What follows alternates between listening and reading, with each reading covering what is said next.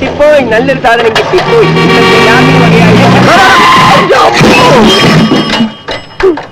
ജോലി ഉണ്ടാക്കിയോടോ? ആക്രി ആക്രി. തനിക്ക് ചാവ ഇൻഷുറൻസ് ഉള്ള വണ്ടി ഒന്നും കിട്ടിയില്ലടോ.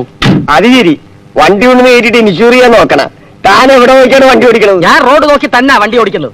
അല്ലെങ്കിൽ മുതലാളിമാരുടെ വണ്ടി കൊണ്ട് കയറ്റിയിട്ട് കാശ് പിടിക്കുന്ന പണി ചെലവന്മാർക്കുണ്ട്. കാലം നകത്തി അതിന്റെ ഇടയിൽ കൂടെ സൈക്കിൾ ഓടിക്കവന്മാര്. ഞാനാടാ പുല്ലേ സൈക്കിൾ ജാക്സണോ? തെണ്ടിത്തരം കാണിച്ചിട്ട് തെരുവ് പറ്റിയ പോലെ കുറയ്ക്കുന്നതാ പട്ടി. കേട്ടോ, മുതലാളിയുടെ ഇഷ്ട ജന്തുവിന്റെ പേര് ഇയാൾ എന്നെ വിളിച്ചു. നമ്മളെക്കാൾ നന്ദിയും സ്നേഹമുള്ള ജീവികളാണ് അവറ്റകൾ. ഓമനക്കുട്ട, പട്ടിയിൽ നിന്ന് തന്നെ ഇയാൾ വിളിച്ചതിന് ഇയാൾക്കൊരു ഷേക്ക് ഹാൻഡ് കൊടുക്കും. നമ്മളൊക്കെ മനുഷ്യരല്ലേ, പട്ടിയുടെ ബുദ്ധിയെങ്കിലും കാണിക്കണ്ടേ? പ്ലീസ് കൊടുക്കൂ ഷേക്ക് ഹാൻഡ്.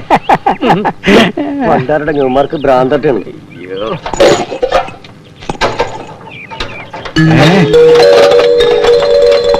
ഓമനക്കുട്ട, ഇത് നമ്മുടെ സുധർമ്മയുടെ വീട്ടിലിരുന്ന പ്രതിമയല്ലേ? ആണോ? അതെ, ആനന്റെ തന്നെ. അതല്ലെന്ന്, നേരാണോന്ന് ഒന്ന് കണ്ടോട്ടെ. ശരിയാ മുതലാളി, യാതൊരു സംശയം വേണ്ട. ഇതാ നമ്പ്യാർ സാറിന്റെ വീട്ടിലെ ഷോക്കേസിൽ ഇരുന്ന പ്രതിമയാ മൊട്ടത്തലേൻ. അപ്പോ ഇതും ഓട്ടിച്ചുകൊണ്ട് വരുന്ന വഴി വെപ്രാളത്തിന് കാറിന് മുമ്പിൽ വീണു അല്ലേ? തോന്നിയാസം പറയരുത്. ഒരു ചെറുപ്പക്കാരൻ ഫ്രീ ആയിട്ട് വളരെയധികം സന്തോഷത്തോടെ തന്നത്. സംശയം ഉണ്ടെങ്കിൽ എന്നോട് വാ, ഞാൻ കാണിച്ചു തരാം. ഒരു സംശയമില്ല, ഓട്ടിച്ച് തന്നെ. ഓമനക്കുട്ട, ഇടുക്കിട പ്രതിമ കൊടുക്കിടാരി.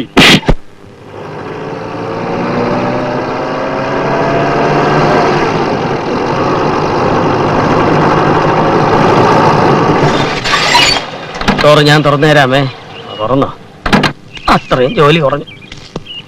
ഓമനക്കുട്ട, അവ പറഞ്ഞതുപോലെ ഇവിടെ തന്നെ നിൽക്ക്. അവൾക്കൊരു സസ്പെൻസ് ആയിക്കോട്ടെ, ഒരു ത്രില്ലറും കൂടെ ആയിക്കോട്ടെ. ശരി, ഞാനിവിടെ നിന്നോളാം. ശരി. അതും കൊണ്ടുവരും.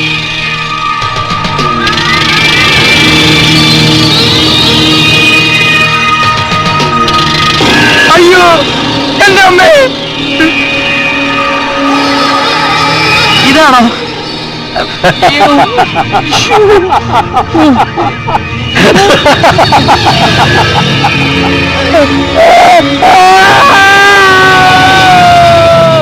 സ്വന്തം അച്ഛൻ ഒരു മകൾക്ക് ഇത്രയും ചീത്ത പറയാൻ ഒക്കും ഓമനക്കുട്ട? പക്ഷെ നമ്പ്യാർ ഒരക്ഷരം മിണ്ടിയില്ല കേട്ടോ. ബോധം തെളിഞ്ഞാലല്ലേ മിണ്ടാൻ പറ്റൂ. തെളിയുന്നതിന് മുമ്പ് മുതലാളി വിളിക്കിറങ്ങിയത് നന്നായി. ഈ സാധനം ഇത്ര കുരുത്തം കെട്ടതാണെന്ന് ഞാൻ അറിഞ്ഞു. അവര് പറഞ്ഞ കഥകൾ വെച്ച് നോക്കുമ്പോ സാറിനെ ചീത്ത മാത്രം പറഞ്ഞാ പോരാ. ആ കൊച്ചുമോൻ പ്രദീപ് അപ്പൂപ്പനായതുകൊണ്ട് മാത്രമാണ് പിടിച്ച് കശക്കാതെ വിട്ടത്. ആക്രിയുടെ കയ്യിൽ നിന്ന് ഞാൻ പ്രതിമ വാങ്ങിച്ചപ്പോ നീ എന്റെ മുഖം ശ്രദ്ധിച്ചോ? പിന്നെ ശ്രദ്ധിച്ചു. സന്തോഷം കൊണ്ട് സാറിന്റെ മുഖം ബുൾഡോഗിനെ പോലിരുന്നു. അതാ മുഖഭാവം മാറിയത്. അനർത്ഥങ്ങൾ പലതും ഉണ്ടാവും. ഇത് ഒഴിവാക്കാതെ ഞാൻ ഇനി വീട്ടിലേക്കില്ല. നിൽക്കൂ. മുതലാളി തന്നെയും കാത്തിരിക്കുക. ഞങ്ങളോട് ക്ഷമിക്കണം. ഇത് നിങ്ങൾക്ക് ഫ്രീ ആയിട്ട് തന്നതാണെന്ന് ഞങ്ങൾക്ക് മനസ്സിലായി.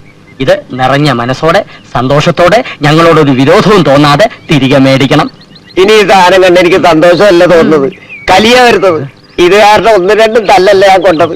എന്റെ പൊന്നു സാറന്മാര് എന്നെ വെറുതെ ഇട്ടേക്ക്. അങ്ങനെ പറയരുത് സഹോദര. ഞങ്ങൾ ചെയ്തതിന്റെ പ്രായശ്ചിത്തം ചെയ്യാൻ അങ്ങ് ഞങ്ങൾ അനുവദിക്കണം. അതിനുള്ള പ്രായശ്ചിത്തം ഞാൻ നിങ്ങൾക്ക് തരാം.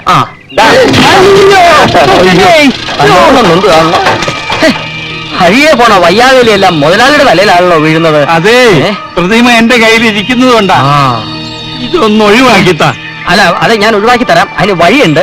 അതുവരെ ഈ പ്രതിമ മുതലാളിയുടെ കയ്യിൽ തന്നെ ഇരിക്കട്ടെ. വമ്പിച്ചാടായ വിൽപ്പനയും സോപ്പ് ചീപ്പ് കണ്ണാടി മുതൽ നിങ്ങളുടെ ഭവനത്തെ അലങ്കരിക്കുന്ന പ്രതിമകൾ വരെയുണ്ട്. പ്രശസ്ത സിംഗപ്പൂർ ശില്പിയായ ഗസ്റ്റോ ഗൽബോൾ ഗോണോസ്കിയുടെ മനോഹരമായ കരവിരുതിന്റെ അത്ഭുതകരമായ മാൻഡ്രക്കിന്റെ പ്രതിമ. നിങ്ങളുടെ കുടുംബത്തിൽ ഐശ്വര്യവും ഉയർച്ചയും ഉണ്ടാക്കാൻ പോകുന്ന ഒരു പാവം പ്രതിമ സന്തോഷത്തോടെ ഏറ്റുവാങ്ങാൻ വന്നട്ടെ. കടന്നു വരൂ. ഏതോ കാശുള്ള വീട്ടിലെ കാരണവരാ വട്ട് പിടിക്കുന്ന തോന്നെ. നോക്കി നിൽക്കാതെ കടന്നു വരൂ. കടന്നു വന്നല്ലോ. എന്താ സാർ വേണ്ടത്? ഇതും സാർ, ഈ പ്രതിമ തരട്ടെ സാർ. സന്തോഷമായി ഏറ്റുവാക്കണം സാർ. ഇഷ്ടമുള്ള തന്നാ മതി സാർ. വേണ്ട, 2 രൂപ എത്ര? ഇത് 35 രൂപയെ. 35? ഒരു 10 രൂപ തരട്ടെ. 10 10. സാർ, ഈ പ്രതിമ സന്തോഷത്തോടെ ഏറ്റുവാങ്ങണം സാർ. ഒന്നും തരണ്ട സാർ. വേണ്ട സാർ, നല്ല പ്രതിമയാണ് സാർ. വേണ്ടെന്ന് പറഞ്ഞില്ലേ? സാർ, നല്ല പ്രതിമയാണ് സാർ. നല്ല മൊട്ടത്തല. വമ്പിച്ചാടായ വിൽപ്പനയും. കടന്നു വരൂ. പ്രശസ്ത പേര് മറന്നുപോയല്ലോ സിംഗപ്പൂർ ശില്പിയായ ഗ്ലാസ്നോസ് കുളിനോസ്കി നിർമ്മിച്ച ഈ പ്രതിമ സന്തോഷപൂർവ്വം ഏറ്റുവാങ്ങുക. ആരും പണം തരേണ്ട കാര്യമില്ല സുഹൃത്തുക്കളെ, പണം തരേണ്ട കാര്യമില്ല. Free free. കടന്നു വരൂ, കടന്നു വരൂ, കടന്നു വരൂ സുഹൃത്തുക്കളെ, കടന്നു വരൂ. ആർക്കും വേണ്ട മുതലാളി, ആർക്കും വേണ്ട ഈ പ്രതിമ. ഒരു പൈസയും തരണ്ട, വെറുതെ എടുത്തോളൂ. പൈസ തരണ്ട, ഒന്ന് ഒഴിവാക്കി തരൂ പ്ലീസ്. മുതലാളി വെറുതെ കൊടുക്കാമെന്ന് പറഞ്ഞിട്ട് പോലും ഈ എരണം കേട്ട കുന്തത്തിനെ ആർക്കും വേണ്ട. നമുക്ക് ഈ കച്ചവടമൊക്കെ നിർത്താം. ഇതിനെ മുതലാളിയുടെ പട്ടികൾക്ക് കളിക്കാൻ കൊടുക്കാം. ആ പട്ടി എന്റെ പട്ടികളെ പറയുന്നോടാ? എന്നെ പട്ടിയെന്ന് വിളിച്ചത് എല്ലാം ചുരുട്ടി എടുക്കട്ടെ. ഓ എടുക്ക.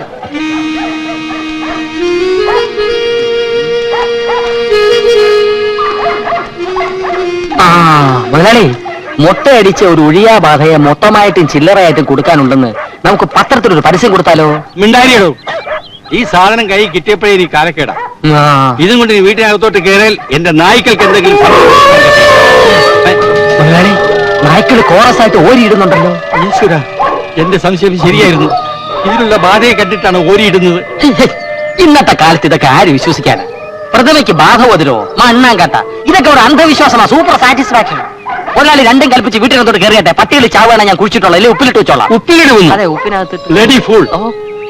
ചകിക്കൊള്ളുന്ന വർത്തമാനം പറയലടോ. ഇനി ഞാൻ നോക്കിയിട്ട് ഒരു വഴിയേ ഉള്ളൂ. നീ എന്റെ വിശ്വസ്ത സേവകനാണെങ്കിൽ ഞാൻ പറയുന്നത് നീ അനുസരിക്കണം. തീർച്ചയായും അനുസരിക്കും. നേരും നിറയും കൂറുമുള്ള ഒരു തൊഴിലാളിയുടെ കടമയല്ലേ അത്? എന്നാൽ നീ ഇത് സന്തോഷമായിട്ട് സ്വീകരിച്ചാട്ടെ. മുതലാളി പട്ടികളെ രക്ഷിക്കാൻ പട്ടിണി പാവമായി പണിക്കാരനിട്ട് തന്നെ പാര പണിയണം. നിനക്കിതിലൊന്നും വിശ്വാസമില്ലെന്നല്ലേ പറഞ്ഞത്? പിന്നെന്താ എന്ന് ഞാൻ പറഞ്ഞു. പറഞ്ഞു പറഞ്ഞില്ല പറഞ്ഞു. എന്നാൽ ഇത്ര അനുഭവിച്ച സ്ഥിതിക്ക് ഇതിനെ എനിക്ക് സന്തോഷപൂർവ്വം സ്വീകരിക്കാൻ പറ്റുമെന്ന് തോന്നുന്നില്ല. ഞാൻ സന്തോഷത്തോടെ സ്വീകരിച്ചെങ്കിലല്ലേ മുതലാളിയെ വിട്ട് ബാധ എന്നോടൊപ്പം പോരത്തുള്ളൂ. നിനക്ക് സന്തോഷമുണ്ടായാൽ ഇത് സ്വീകരിക്കുന്നതിൽ വിരോധമില്ലല്ലോ. തീർച്ചയായും ഇല്ല. പക്ഷെ എനിക്ക് സന്തോഷം ഉണ്ടാവണ്ടേ? നീ ഒന്ന് ശ്രമിച്ചു നോക്കൂ, ചിലപ്പോ വന്നാലോ. ബുദ്ധിമുട്ടാ. എന്നാ ഞാനൊന്ന് ശ്രമിച്ചു നോക്കാം. ശ്രമിച്ചു നോക്ക്. വരണമെങ്കിൽ വരട്ടെ. നീ റെഡിയല്ലേ? ഞാൻ റെഡിയാ.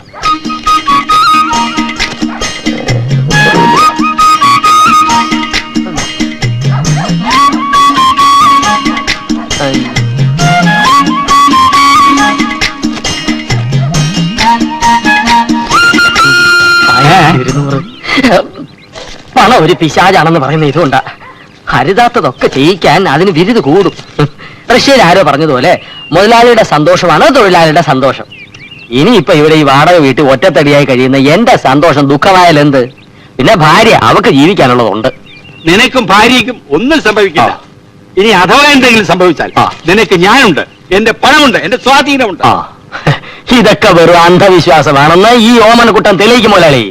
നീ ഇതും പിടിച്ചോണ്ട് ഇവിടെ നിന്ന് തെളിയിക്കാൻ ശ്രമിക്കണ്ട. വീട്ടിൽ പോയിക്കോ. ശരി, ചത്താ ഞാൻ നാളെ വരാം. അല്ല, ചത്തില്ലെങ്കിൽ ഞാൻ നാളെ വരാം. അയ്യോ, നാളെ വരണ്ട, മറ്റൊന്നും വരണ്ട. ഇപ്പൊ ബാധ നിന്റെ കൂടെയാ. ഇനി നീ ഓടിക്കുന്ന വണ്ടി ആക്സിഡന്റ് ആവും. ഞാൻ ഇനി വേറെ ഡ്രൈവർ വെച്ചോളാം. അപ്പൊ മുതലാളി എനിക്ക് പണം തന്നെ സന്തോഷിപ്പിച്ചത്? തന്ന പണം പിരിഞ്ഞു പോകാനുള്ള അലവൻസ്. ഇത് ചതിയാണ്, കൊടും ചതി.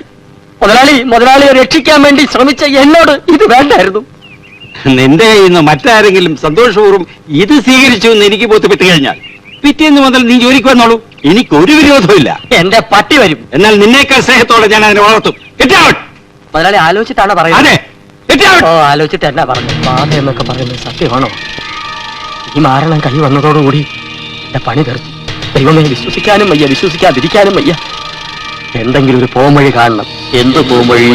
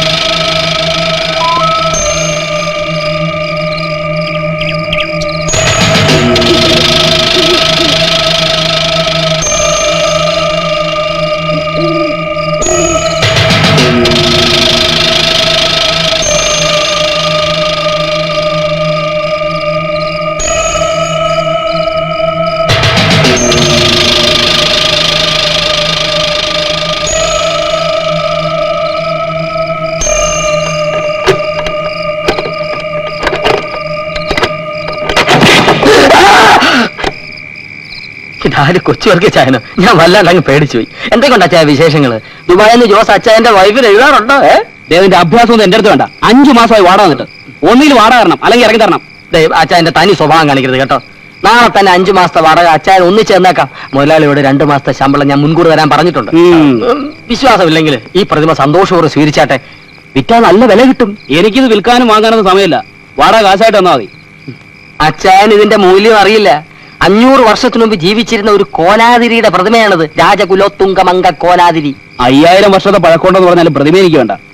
ആ പ്ലാൻ മനസ്സിരിക്കട്ടെ, വർക്കിയോട് വേണ്ട. എന്നെ തെറ്റിദ്ധരിക്കുന്ന സങ്കടമുണ്ട്. ഇത് പ്ലാനോ പദ്ധതി ഒന്നുമല്ല. കുറെ കാലമായി കൊച്ചുവർക്കി ചായൻ ഒരു ശില്പ സമ്മാനമായി തരണമെന്ന് ഞാൻ വിചാരിക്കുന്നു. ഇന്നാണ് അതിന് പറ്റിയ സാഹചര്യം ഉണ്ടായത്. ഇത് വാങ്ങണം, ഷോക്കേസിൽ വെക്കാം അച്ഛന്റെ സ്മാരകമായിട്ട്. ദയവ് ഇത് വേണ്ടെന്ന് പറയരുത്. നിറഞ്ഞ മനസ്സോടെ സന്തോഷത്തോടെ ഇത് സ്വീകരിച്ചാലും. മുട്ടപ്പലയാണെങ്കിലും മുഖലക്ഷണമുണ്ട്. ഉണ്ടുണ്ട്. പുണ്യാളന്റെ പ്രതിമ അല്ല. അല്ലല്ല. പക്ഷെ കണ്ണുകൾക്ക് നല്ല ജീവൻ. തത്തച്ചുണ്ട മൂക്ക്, ഇരട്ട താടി. എന്തായാലും മൊത്തത്തിൽ നല്ല ലക്ഷണമുണ്ട്. ഏതായാലും നീങ്ങുക. തല പൊട്ടിയതാ തോന്നുന്നത്. മാവിന്റെ കൊമ്പ, നല്ല നിമിത്തം. ഇതാണ് പ്രതിമ വാങ്ങിക്കാൻ പറ്റിയ സന്ദർഭം. പെട്ടെന്ന് തന്നെ വാങ്ങിക്കൂ. വാങ്ങാൻ കൈ നീട്ടിയതേ ഉള്ളൂ, തല പോയി. ഏത് കുരങ്ങന്റെ പ്രതിമയാണ് ഇത്? അവലക്ഷണം. ഒരു സിദ്ധന്റെയാ. ആരുടെ ആയാലും കൊള്ളാം. കാശുമില്ല, തലയും പോയി. ഇനി തള വിടാൻ വൈദ്യുതി തപ്പണം. അതിനുള്ള പണം താൻ തരണം. നാളെ ഞാൻ വരും. കൊണ്ടുപോടാ. എന്റെ അടുത്തൊന്നും ഒഴിഞ്ഞു പോകാൻ ഇഷ്ടമില്ലല്ലേ? കുറിച്ച് നോക്കുന്നുണ്ടല്ലേ? അനിഷ്ടമില്ലാത്ത പിശാച്.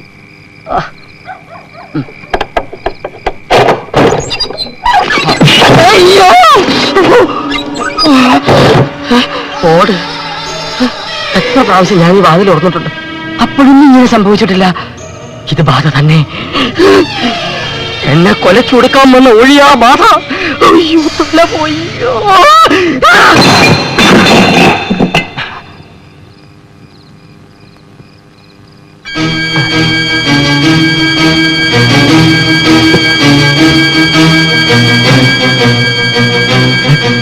കൂടോത്ര ക്ഷുദ്രമല്ലാണോ? തല പൊട്ടി തെറിക്കുമോ? വേണ്ട. അല്ലെ, തെറിക്കട്ടെ. ഇത് എന്റെ തല.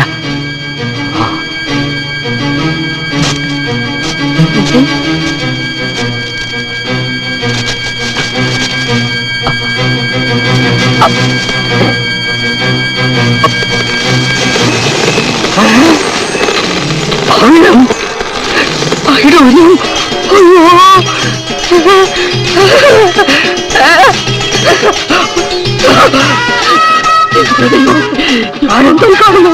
അയ്യോ, നിധി എന്റെ പൊന്നു ചേട്ടാ. അവനിക്ക് എല്ലാം ഉണ്ടല്ലോ.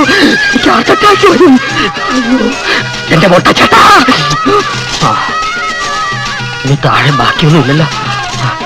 ഇത് മൊത്തത്തിൽ കൊണ്ടുപോയി ആരെങ്കിലും എന്നെ തട്ടിക്കളയും. കുറച്ച് സാമ്പിൾ കൊണ്ടുപോയി കോയമ്പത്തൂർ അണ്ണാച്ചിയെ കാണിക്കാം. ബാക്കി ഇവിടെ ഇരിക്കട്ടെ, കുറച്ചായിട്ട് വന്നെടുക്കാം. അയ്യോ, എവിടെയാ ഒന്ന് വെക്കുക?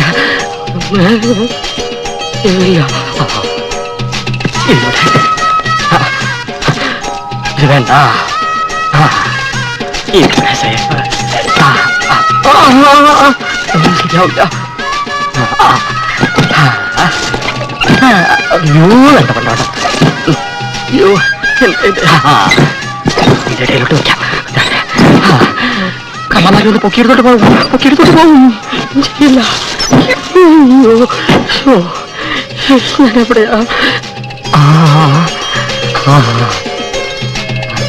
മച്ചിന്റെ മേളി വെക്കാം.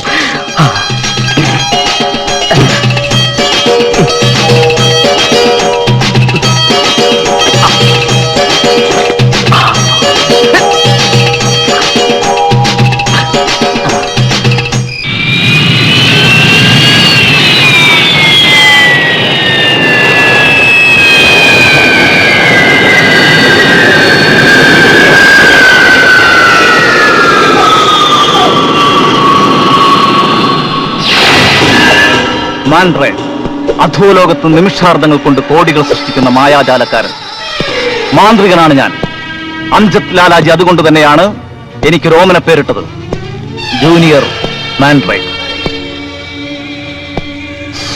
എന്റെ ചാണക്യ സൂത്രങ്ങളുടെ ആവനാഴി ഒഴിഞ്ഞപ്പോൾ സമ്പാദ്യങ്ങൾ മുഴുവൻ എന്റെ തലയ്ക്കുള്ളിലാക്കി ഒരു നമ്പ്യാരുടെ കയ്യിൽ ഇന്ത്യയിലേക്ക് അയച്ചു.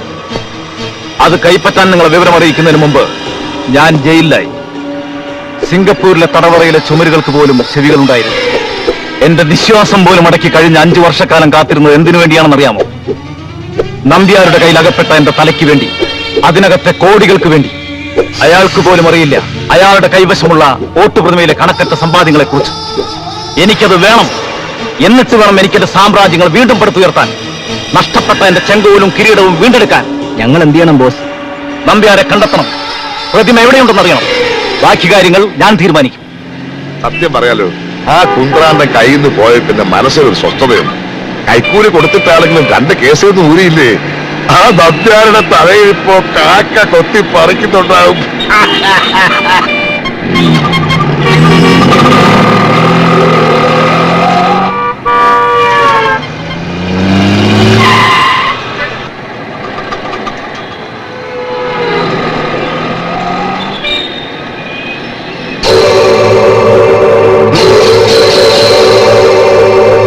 അയ്യോ പ്രഥമ, കുറ്റോടാ വണ്ടി, വേഗം.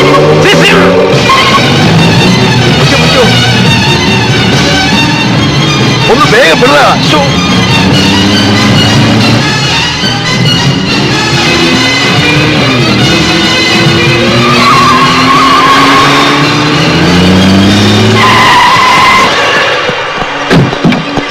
അയ്യോ അയ്യോ, വലിക്കാതെ വലിക്കാതെ. അയ്യോ, നിങ്ങൾ ആരാ?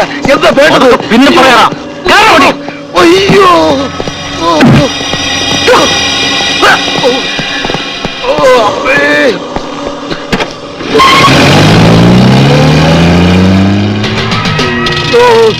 കണ്ണു കാണാൻ മേലേ ഗുരുവായൂരപ്പ. അയ്യോ എന്നെ കൊല്ലല്ലേ കൊല്ലല്ലേ. നിങ്ങൾ ആരാ? ഭയപ്പെടണ്ട.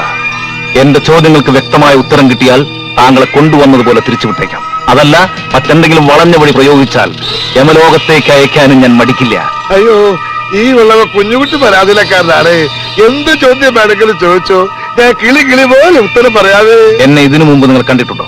മുഴുവനും കണ്ടിട്ടില്ല, ഇത്രയും ഭാഗം കണ്ടിട്ടുണ്ട്. എങ്ങനെ? പ്രതിമയുടെ രൂപത്തില്. നിങ്ങൾ ശരിക്കും ആരാ? പ്രേതമോ മനുഷ്യനോ? മാൻഡ്രൈ, ജൂനിയർ മാൻഡ്രൈ. ഇത്രയും കാലം പ്രതിമയുടെ രൂപത്തിൽ വന്ന് ഉപദ്രവിച്ചത് പോരാഞ്ഞിട്ടാണോ ഇപ്പൊ മനുഷ്യ രൂപത്തിൽ വന്നിരിക്കുന്നത്? നിങ്ങൾക്ക് എന്താ വേണ്ടത്? എനിക്കെന്നെ വേണം. വില്യം ഗ്രാൻഡ് തീർത്ത എന്റെ ഓട്ടുപ്രതിമ വേണം. തരാൻ പ്രയാസമാണെന്ന് എനിക്കറിയാം. അതുകൊണ്ട് ഞാനൊരു വ്യവസ്ഥ വയ്ക്കാം. എനിക്കെന്നെ കിട്ടുമ്പോൾ നിങ്ങൾക്ക് ഞാൻ 5 ലക്ഷം രൂപ തരും. 5 ലക്ഷം രൂപയോ? ശരി, തർക്കിക്കുന്നില്ല. 10 തന്നേക്കാം. 10? ഞാൻ 15 ചോദിച്ചാലോ? അടിച്ച് നിന്റെ 32 പല്ലും കാഞ്ഞു കൊന്ന് കാലിൽ താഴ്ത്തും. സ്നേഹിക്കുന്നവർക്കും വിശ്വസിക്കുന്നവർക്കും ഞാൻ ദൈവമാണ്, മറിച്ചായാൽ പിശാചും. ആ പ്രതിമ തിരിച്ചു തന്നാൽ പറഞ്ഞ പണം എനിക്ക് തരുമെന്ന് ഉറപ്പാണോ? മാൻഡ്രേക്ക് ഒരിക്കലും പാഴ്വാക്ക് പറയാറില്ല. എങ്കിൽ 2 ദിവസത്തിനുള്ളിൽ നിങ്ങൾ പറയുന്ന സ്ഥലത്ത് ഞാനത് എത്തിച്ചു തരാം. എന്താ, സമ്മതമാണോ? ഓക്കെ, പക്ഷെ വാക്ക് മാറിയാൽ നിങ്ങൾക്ക് എന്ത് സംഭവിക്കുമെന്നറിയാമോ? ഈശ്വര, ഇത്രയും വലിയൊരു സാധനമായിരുന്നോ കൂടോത്ര എന്ന് പറഞ്ഞ് നമ്മൾ ഒഴിവാക്കിയത്? 10 ലക്ഷം രൂപയെന്ന് കേട്ടപ്പോ പ്രതിമ നമ്പ്യാരുടെ പക്കലാണെന്നുള്ള വിവരം ഞാൻ മിണ്ടിയില്ല. നമ്മുടെ ഭാഗ്യത്തിലാണ് ഈ ഞാൻ അവരെ വഴി വെച്ച് കണ്ടത്. പാട്ടുപാടി സമ്മാനമായി കിട്ടിയ ആ സാധനം പ്രതിഭ വീട്ടിലേക്ക് തന്നെയായിരിക്കും കൊണ്ടുപോയിരിക്കുക, അത് ഉറപ്പാ. ആ സാധനം അവിടെ നിന്ന് എങ്ങനെയെങ്കിലും ഒഴിവാക്കാൻ വേണ്ടി നമ്പ്യാർ കാത്തിരിക്കായിരിക്കും. എന്നാലും ഇനി അതും ചോദിച്ചോണ്ട് അങ്ങോട്ട് ചെന്നാ നമ്പ്യാർക്ക് സംശയം തോന്നുമല്ലോ. നീ ഇപ്പൊ എന്താ ചെയ്യാ? അതിനൊക്കെ വഴിയുണ്ട്, നീ കണ്ടോ? പ്രതിമ വെക്കാനുണ്ടോ? പ്രതിമ വെക്കാനുണ്ടോ? പ്രതിമ പഴയതും പുതിയതുമായ പ്രതിമ വെക്കാനുണ്ടോ? പ്രതിമ കയ്യും കാലുമില്ലാത്ത പ്രതിമ എടുക്കാൻ ആൾക്കാരിറങ്ങി തുടങ്ങി. എന്താ ചൂടാ. പ്രതിമ വെക്കാനുണ്ടോ സാറേ? നല്ല വില തരാം. ഏതു തരം പ്രതിമ എടുക്കും? ഇതിന് മേലോട്ടുള്ളതാണേലും മതി. കുറച്ചു ദിവസം മുമ്പായിരുന്നെങ്കിലേ ഒരെണ്ണം തരാമായിരുന്നു. അതോടെ തന്നെ കച്ചവടം തുടങ്ങിയനെ. അതുകൊണ്ട് എന്റെ അമ്മായിച്ചും പോയി. എത്ര പട്ടി കത്ത് കാണുമാവോ? അപ്പോ ഇതിലെ പടിഞ്ഞാറോട്ട് പോയാ സാറിന്റെ അമ്മായിച്ചന്റെ വീട്ടിലെത്തുവോ? ഇവിടുന്ന് പടിഞ്ഞാറോട്ട് പോയാൽ അമ്മായിച്ചന്റെ വീട്ടിലെത്തത്തില്ല, അറബിക്കടലിലെത്തും. ഓ എടോ, വടക്കോട്ട് പോയി തൃക്കുന്നപുരത്തെത്തണം. അവിടെ ചെന്ന് മേനോ സാർ വീടെന്ന് ചോദിച്ചാൽ ആരും കാണിച്ചു മേനോ സാർ, മേനോ സാർ. വന്നേ പട്ടിമേനോന്റെ വീടെന്ന് ചോദിച്ചാ മതി. ഓ പട്ടിമേനൻ, പട്ടിമേനൻ. അതിരിക്കട്ടെ, തനിക്കെന്തിനാ ഈ പ്രതിമ? അതെന്റെ ഹോബിയാ സാറേ. വീട് അലങ്കരിക്കാൻ വേണ്ടി ഞാൻ അത് മറിച്ച് വിൽക്കും. തന്റെ ശബ്ദം എവിടെയോ കേട്ട മാതിരി ഉണ്ടല്ലോ. അതെ സാറേ, ഞാൻ മിമിക്രിക്കാരനായിരുന്നു. ഈ പലരുടെയും ശബ്ദം അനുകരിച്ച് സ്വന്തം ശബ്ദം വരുന്നില്ല. ഓഹോ, അപ്പൊ താൻ ആ നക്കി പാരപ്പിളയുടെ വീട്ടിലും പോയി കാണും. അത് അവന്റെ ശബ്ദത്തിന്റെ ചൊവ്വ. അപ്പൊ വരട്ടെ. ചെല്ല് ചെല്ല്. വരണ മകനെ, നിന്റെ അപ്പനാ പാരപ്പിള്ള. ആ പ്രതിമയൊന്ന് കളയാൻ വേണ്ടി ഈ ഇളവൻ വട്ടം കിടക്കി നടക്കുകയായിരുന്നു. അത് കയ്യിൽ നിന്നെടുത്ത് കളഞ്ഞപ്പോ ആവശ്യക്കാരൻ ചാക്കുമായിട്ട് വരുന്നു. ഭഗവാനെ ഭക്തവത്സല, എല്ലാം നിന്റെ